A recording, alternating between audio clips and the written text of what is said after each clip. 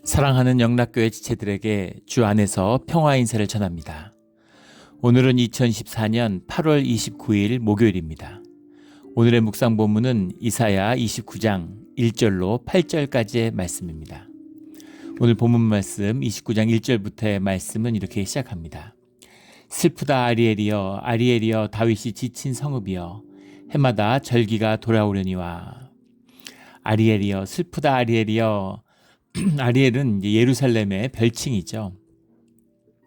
아리와 엘이 만났는데 아리는 이제 사자, 라이언, 사자란 뜻이고 엘은 하나님이죠.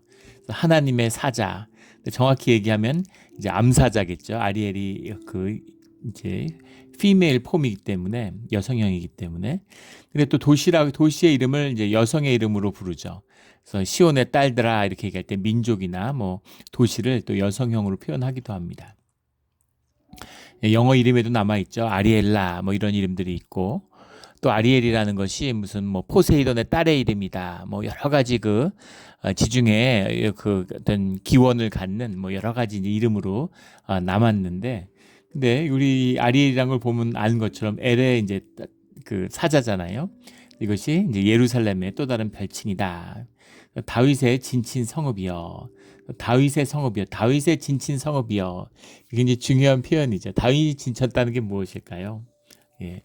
다윗의 진친 성읍이 해마다 절기가 돌아오려니와. 다윗의 시대, 다윗이로 인해서 예루살렘이 주님의 성읍이 된 거죠. 거기다 무슨 성전을 지을 준비를 하고 뭐 그래서 그렇게 된 게 아니라 다윗에게 있어서는 주님이 실제였다는 겁니다. 혈육의 사람이지만 다윗이 특별할 게 아무것도 없어요. 다윗이 평범한 또는 평범 이하의 모습을 갖춘 혈육의 사람입니다. 그런데 중요한 것은 무엇이냐면 다윗이 또 무슨 훌륭한 종교인도 아닙니다. 다윗이 무슨 믿음이 좋고 하나님을 잘 섬겨드리고 뭐 그런 사람이 아니에요. 종교인이 아닙니다. 다윗의 특별한 점은 뭐냐면 다윗은 하나님을 실제로 산 사람이다라는 겁니다.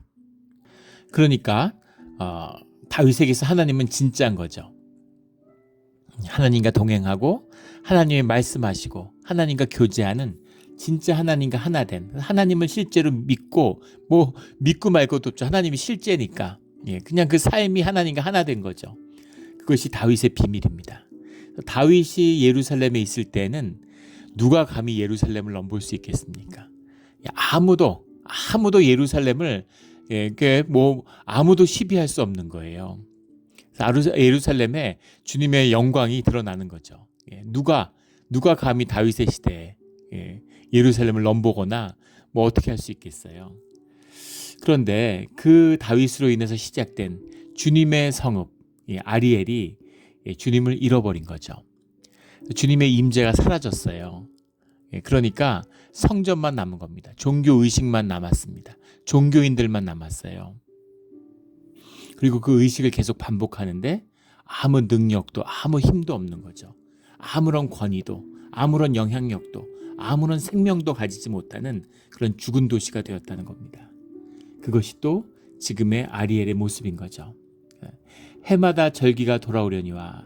절기가 돌아온다는 것은 우리의 예배의 자리와 마찬가지죠. 우리가 세상을 살아가는데 세상을 산다는 것은 뭐예요? 우리가 혈육으로 살잖아요. 영을 가지고 있지만 또 세상 가운데 살아간다는 것, 세상이라고 하는 건 현상 세계죠. 생존의 세계예요. 생존의 질서가 있고 생존의 움직임이 있습니다.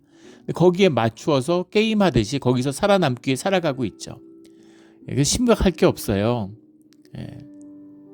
성공하면 감사한 것이고 실패하면 또 한 가지 배웠구나 이러면 되는 겁니다. 근데 그런 걸 절대화하고 거기에 목숨 걸고 그럴 필요가 없는 것이죠. 그런데 우리는 혈육도 우리의 실제지만 우리의 영도 우리의 실제죠. 그래서 우리는 영이라고 하는 세상을 통해서 본질의 세계를 느끼고 만나게 되는 겁니다. 영이 열려 있어야 돼요. 영이 죽은 것이죠. 죽은 자들에게 죽은 자의 장례를 맡겨라 하는 주님의 말씀처럼 우리가 뭐 살아서 움직이지 않는다는 게 아니잖아요. 근데 성경에서는 영이 죽으면 죽었다고 얘기하는 거죠. 살아서 돌아다니지만 사슴도 돌아다니고 뭐 염소도 돌아다니잖아요. 그건 돌아다니는 거죠. 그냥 본능에 따라서. 그런데 중요한 것은 영이죠. 근데 그 영이 죽은 것이죠. 생명을 잃어버린 도시. 그것이 이제 아리엘의 모습이다라는 겁니다. 그래서 절기가 돌아오면 주님 안에서 회복돼야 되는데 세상을 사니까 우리의 영이 손상이 되죠. 우리의 영이 약해져요. 또는 죄로 인해서 이렇게 힘을 잃어갈 수 있습니다. 빛이 약해지는 거죠. 어둠 속에 살아가니까. 그러나 절기를 통해서 그 빛이 회복되고 그 생명이 회복되고 그 능력이 회복돼야 되는 거죠. 주님과 함께하는 비밀입니다. 그런데 절기가 돌아오는데 절기가 그냥 종교의 양식으로만 종교의 절기가 돼버린 겁니다. 아무 능력이 없어요. 오늘 우리 시대의 예배를 생각하면 되겠죠. 예배를 드리면 회복이 돼야죠. 예배를 드리면 능력이 나타나야 됩니다. 근데 예배가 아무 의미가 없어요. 종교화돼 버렸기 때문에 그냥 나오는 겁니다. 바쁜 일 있으면 안 나와요. 또 내가 뭐 기분 나쁘면 안 나옵니다. 또 나오면 뭐 주일 성수했다 그러고 또 안 나온 사람들 판단하고 정지하고 이러죠. 하나님의 말씀을 들어야 되는데 하나님의 말씀이 들리지 않아요. 내 에고를 죽이는, 내 에고를 꺾는 자리가 예배가 돼야 되는데 그런데 내 에고로 예배를 드리는 거죠. 종교인 겁니다. 그래서 내가 낮아져야 되는데 내가 높아져요. 종교의 의로 나를 높이는 거죠. 그게 좋은 겁니다. 주님의 말씀이 임하는데 그걸 그냥 설교로 듣는 거죠. 그래서 설교 비평을 해요. 좋으니 나쁘니 뭐 은혜를 받았니 안 받았니 뭐 어렵니 쉽니 이러면서 그걸 평가하는 거죠. 내게 좋으면 좋은 예배고 내게 마음에 안 들면 안 좋은 예배인 겁니다. 그것이 이제 종교의 모습이죠. 종교의 절기가 돼서 종교의 절기가 돌아왔는데 아리엘은 회복되지 않는 것입니다. 이것이 이제 종교의 비극이고 오늘날 기독교 또 우리 교회의 비극이죠. 2절에 내가 아리엘을 괴롭게 하리니 그가 슬퍼하고 애곡하며 내게 아리엘과 같이 되리라. 2절도 심오한 말씀이죠. 아리엘을 괴롭게 하리니 주님이 아리엘을 괴롭게 한다고 말씀하시는 겁니다. 혈육의 사람을 치유하는 방법은 혈육을 치는 것입니다. 고난이죠. 육체의 고난을 겪으면 영이 맑아져요. 영이 깨끗해집니다. 우리가 낮아질수록 우리의 심령은 고조돼요. 이게 우리 인생의 가장 큰 문제고 유일한 문제입니다. 우리 인생의 유일한 문제는 단 하나예요. 내가 높고 하나님이 낮아지신 겁니다. 내가 높아지면 주변에 원수들이 많아지고 원수들이 능력을 가져요. 세상 권세가 점점 세집니다. 내가 지켜야 할 게 너무 많아요. 점점 성을 쌓아야 됩니다. 지킬 게 많아지니까. 내가 높아지면 버스를 한번 타도 버스 기사 때문에 시험 들어요. 왜 친절하지 않지? 왜 저런 표정이지? 저러니까 버스 기사하지 하고 온갖 정죄가 난무하는 것이죠. 세상에 마음에 드는 것, 나라부터 뭐 민족부터 뭐 대통령부터 세상 모든 게 다 마음에 안 들어요. 내가 높아지기 때문에 세상이 다 문제 덩어리가 된 거죠. 그런 자리일수록 하나님은 점점 더 낮아지시는 거죠. 그래서 무수한 헛된 것들을 지키고 쓸데없는 걸 지키면서 인생을 다 허비합니다. 그리고 정말 중요한 것, 내게 소중한 건 다 패해버리죠. 이것이 기이함이에요. 이것이 신비입니다.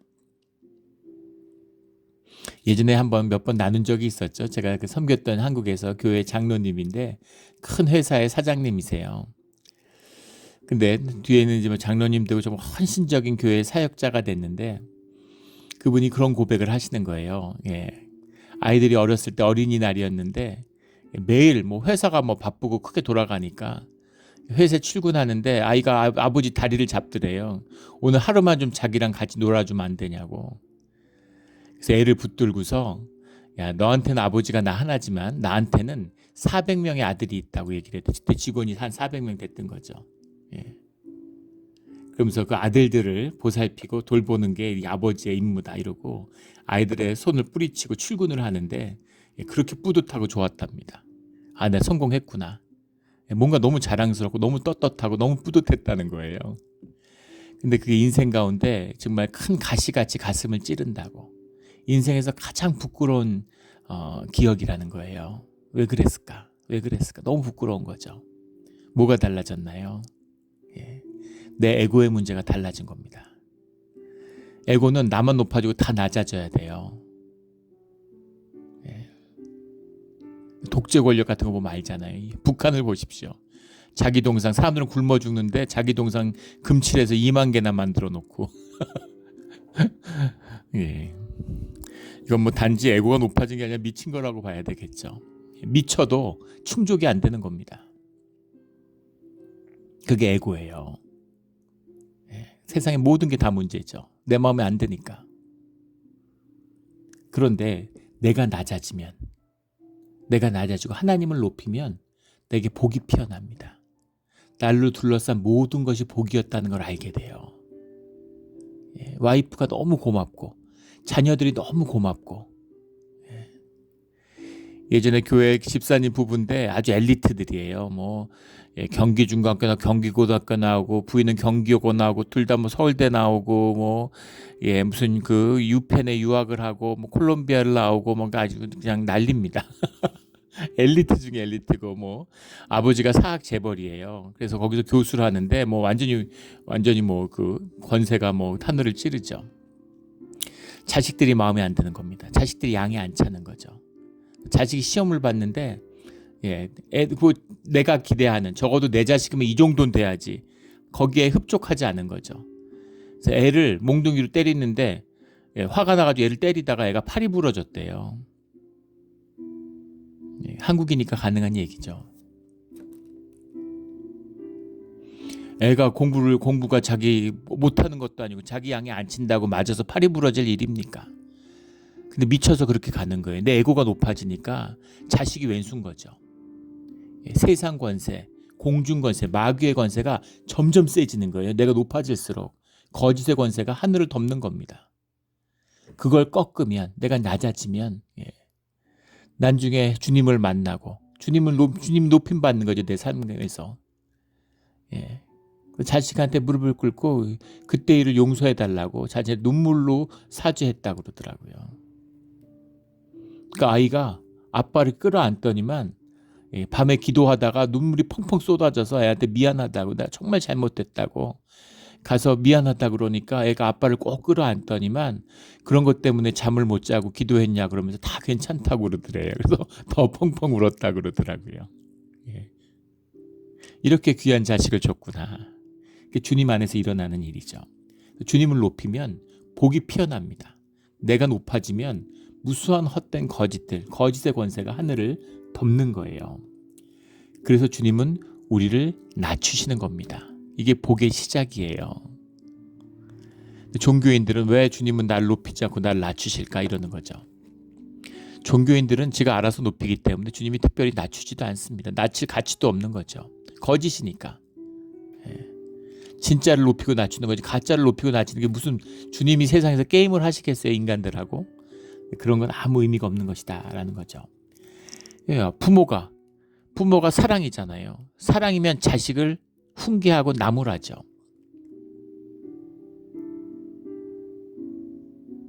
부모니까. 그래서 부모 앞에 나오면은 기도하러 나오면 괴로운 것입니다. 교회 평생 다니는데 기도를 못 나와요. 기도를 왜 못 하겠습니까? 새벽 기도했는데 평생 못 나오는 분들이 많아요. 기도가 괴롭습니다. 기도 못 해요. 기도를 하면은 내 영이 열리고 나를 만나게 돼요. 정말 주님을 만나게 되고 싶다면 나를 먼저 만납니다. 그러면 진짜 옷을 찢고 머리를 쥐어 뜯고 싶은 고통스러운 순간이죠. 그런 아픔이 있는 것이죠. 괴로운 것입니다. 주님이 아리엘을 회복하기 위해서 차녀니까 야단치는 거 아니에요. 칭찬만 하는 게 그럼 뭐 이웃집 아저씨거나 무슨 의붓 아빠가 아닌 다음에 칭찬만 하는 부모가 어디 있겠어요. 그 야단을 치는 것이죠. 바르게 이끌기 위해서 아리엘을 괴롭게 한다는 겁니다. 이 고난의 의미. 주의 자녀들, 남은 자들은 고난에 감사하는 거예요. 우리 그런 고백들을 많이 듣게 되죠. 교회에서. 많은 어려움과 고난을 겪어왔지만 주님과 함께하는 사람들은 그 고난이 주님의 은혜였음을 고백하게 되는 겁니다. 쉽지 않은 일이죠. 쉽지 않은 일이죠. 그러나 그것을 감사와 은혜로 받는 거예요.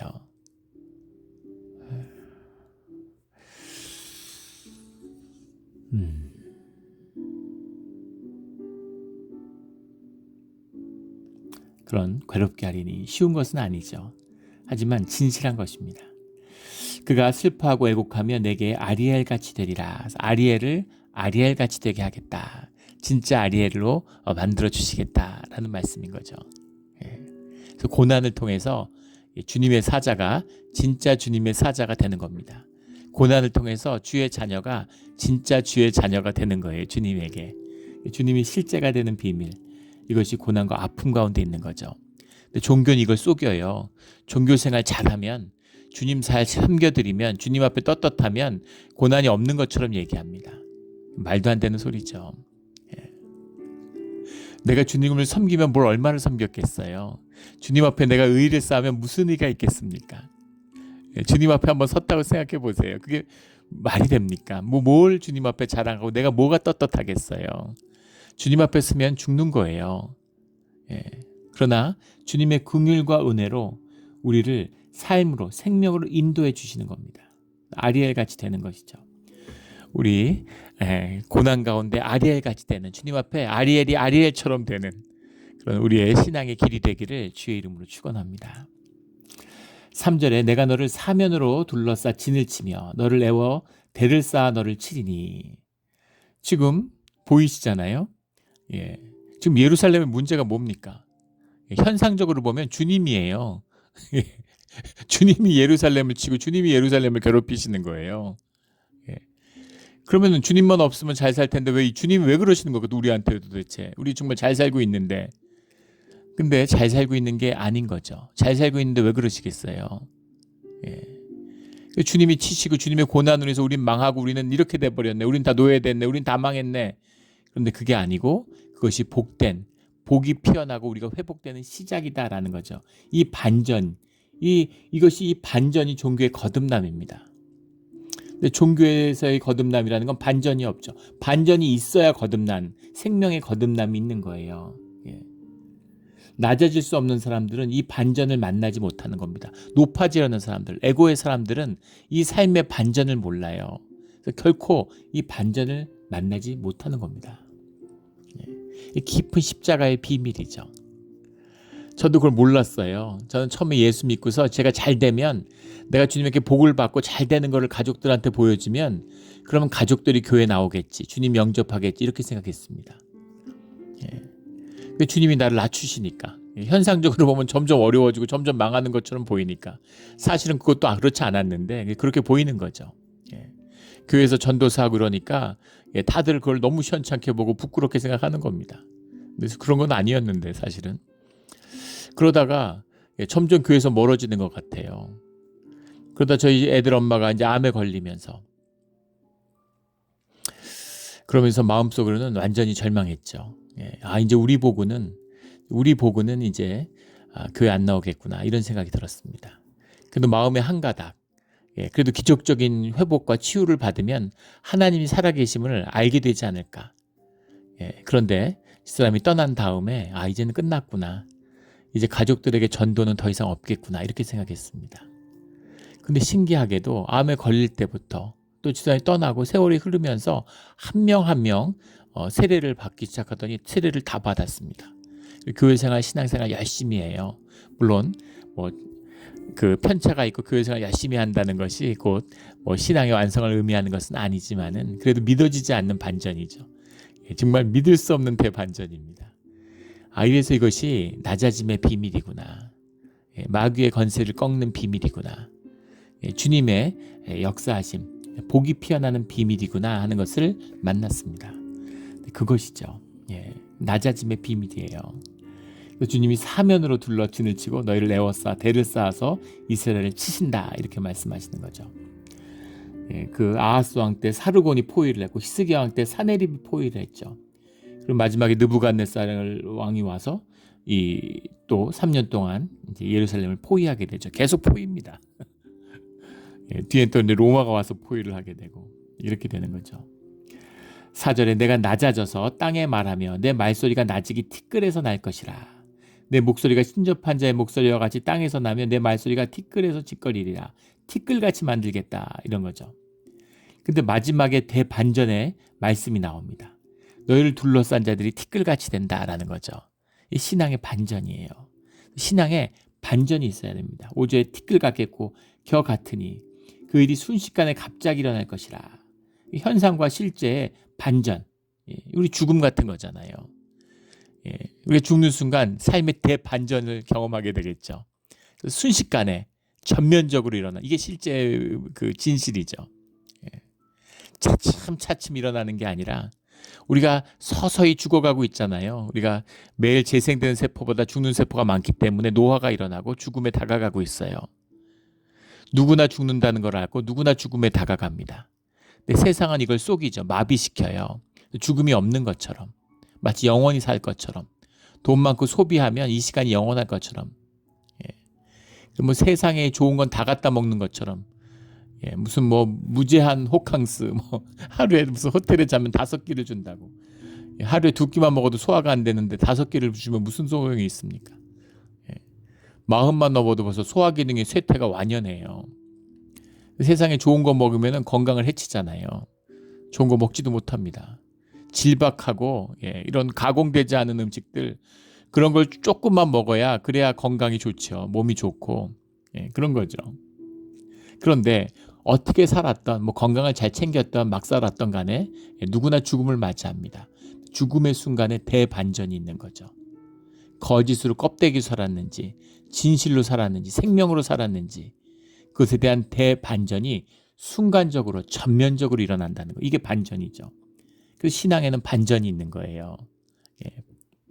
반전이 있는 겁니다. 7절에 아리엘을 치는 열방의 무리가 곧 아리엘과 그 요새를 쳐서 그를 공고하게 하는 모든 자의 꿈과 같이 밤에 환상같이 되리니, 그 꿈과 환상, 우리의 삶 같은 거죠. 깨어나면 한순간에 아무것도 아니잖아요.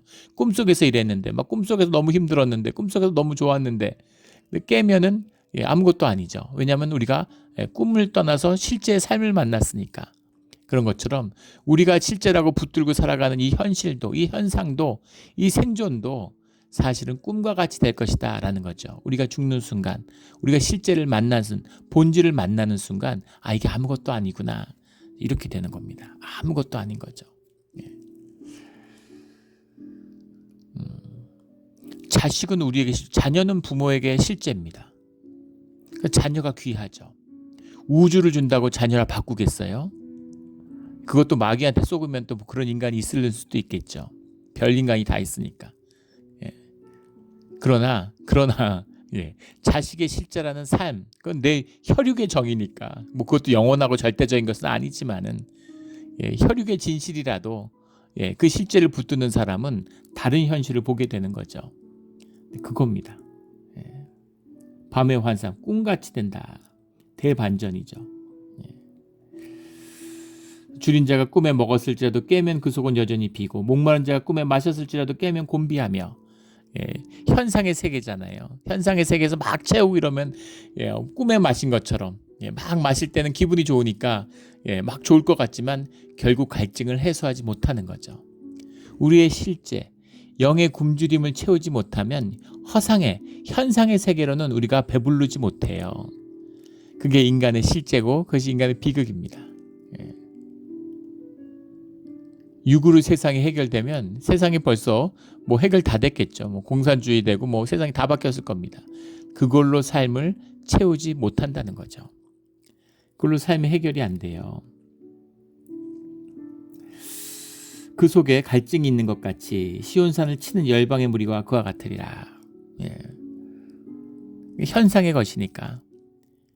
예루살렘을 치는 열방이 걸 쳤다고 해서 그들이 뭘 가지는 것도 아니고, 또 그것으로 무너졌다고 해서 뭘 잃는 것도 아니라는 거죠. 그러나 그 현상의 흔들림 속에서 혈육의 세계가 무너지는 걸 통해서 본질의 세계를 만나야 된다. 실제를 만나야 된다라는 겁니다. 현상에 뿌리 내리고 있는 내 에고의 거짓을 만나야 된다라는 거죠. 그래서 그걸 깨고 나를 낮추고, 예배 오고 교회 오는 건 나를 낮추기 위해 오는 거예요. 종교인들을 날 높이기 위해 오죠. 내가 돈 벌고 성공했는데 이민 오니까 알아준 사람이 아무도 없어. 그러니까 교회 가서 이제 인정받아야지. 내가 무슨 멀시드를 샀는데 아무도 안 알아줘. 그러니까 교회에 와서 으스대야지. 그렇게 교회를 오는 거. 이게 종교의 모습이죠. 에고의 사람입니다.